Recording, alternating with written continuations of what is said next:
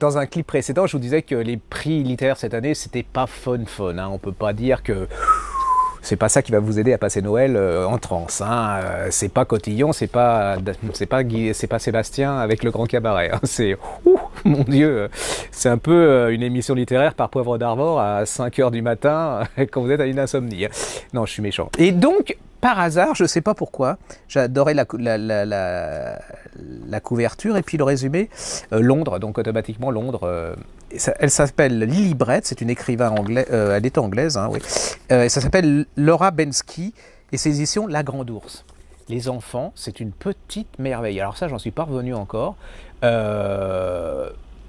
On est à Londres, 67, vous savez, c'est les années où tout change, les Rolling Stones, les Beatles. Et puis il y a une jeune femme qui est journaliste d'origine allemande. Ses parents sont juifs, ils ont émigré en Australie. Et elle, elle travaille pour une revue de rock'n'roll, mais alors elle n'aime pas le bruit, hein, elle va dans les concerts. Et puis elle parle d'elle, elle se trouve moche, potelée, son truc c'est les régimes. Elle a des bas pas possibles. Elle va rencontrer, alors elle va faire plein d'interviews.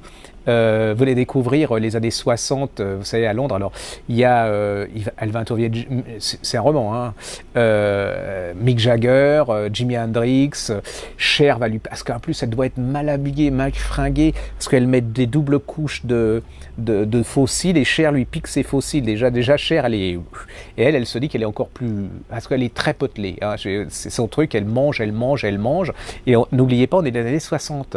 Et dans les années 67 à Londres, qu'est-ce qui arrive? Il arrive une mannequin qui s'appelle Twiggy, et c'est elle ça va être une catastrophe parce qu'elle est filiforme, elle est fine comme tout, et elle va entraîner tous les jeunes femmes à partir de ce moment-là à faire des régimes pour lui ressembler. Ça va être le début des mannequins anorexiques. Et Twiggy disait elle-même, mais je ne comprends pas ce qui me trouve, je suis maigre, je suis moche et tout. Enfin, voilà, elle va être lancée à l'époque, elle va devenir quelque chose de culte. Vous allez vous retrouver elle va faire des interviews de Jimi Hendrix, absolument. C'est à côté de la plaque, c'est génial, mais ce qui est génial, c'est qu'elle arrive à travers ses interviews à décrire ces gens hors star system. C'est-à-dire que vous allez voir un Mick Jagger pas du tout sensuel, pas du tout sexuel, pas du tout. Elle va quand même poser à Jimi Hendrix, qui est quand même le mec de référence, s'il porte des bigoudis vu sa coiffure. Et le con, il dit oui, je porte des bigoudis. Elle fait, vous les mettez comme ça et tout. Et c'est absolument fabuleux parce qu'à travers les bigoudis, en fait, vous allez découvrir qui est vraiment Jimi Hendrix, mieux que... Et puis en plus, c'est des va-et-vient, c'est ça qui est extraordinaire, entre le Londres de ces années-là, avec les paillettes, tout va exploser, tout va changer, la société occidentale va complètement changer, la musique, enfin tout, façon de s'habiller. Et puis ses parents, sa famille, parce que sa famille, en fin de compte, la plupart de la famille a été exterminée dans les camps nazis. Ses parents en ont échappé. Elle ne sait pas trop où elle en est, elle est juive. Ses parents ne croient plus en Dieu parce qu'après avoir vu ce qui s'est passé au Chine, pour eux, c'est pas possible. Et c'est des va-et-vient comme ça entre ce qui se passe. C'est bouleversant, mais c'est rempli d'humour. C'est comme j'aime, c'est-à-dire que derrière le cynisme, en fait, c'est un désespoir pas possible. C'est éclaté de rire ou à pleurer.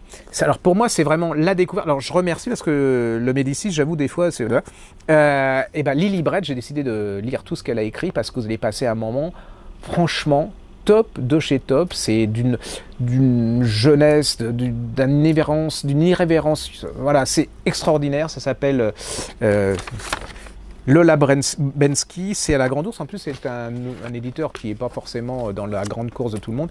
Donc, Alizé, ça, c'est une découverte.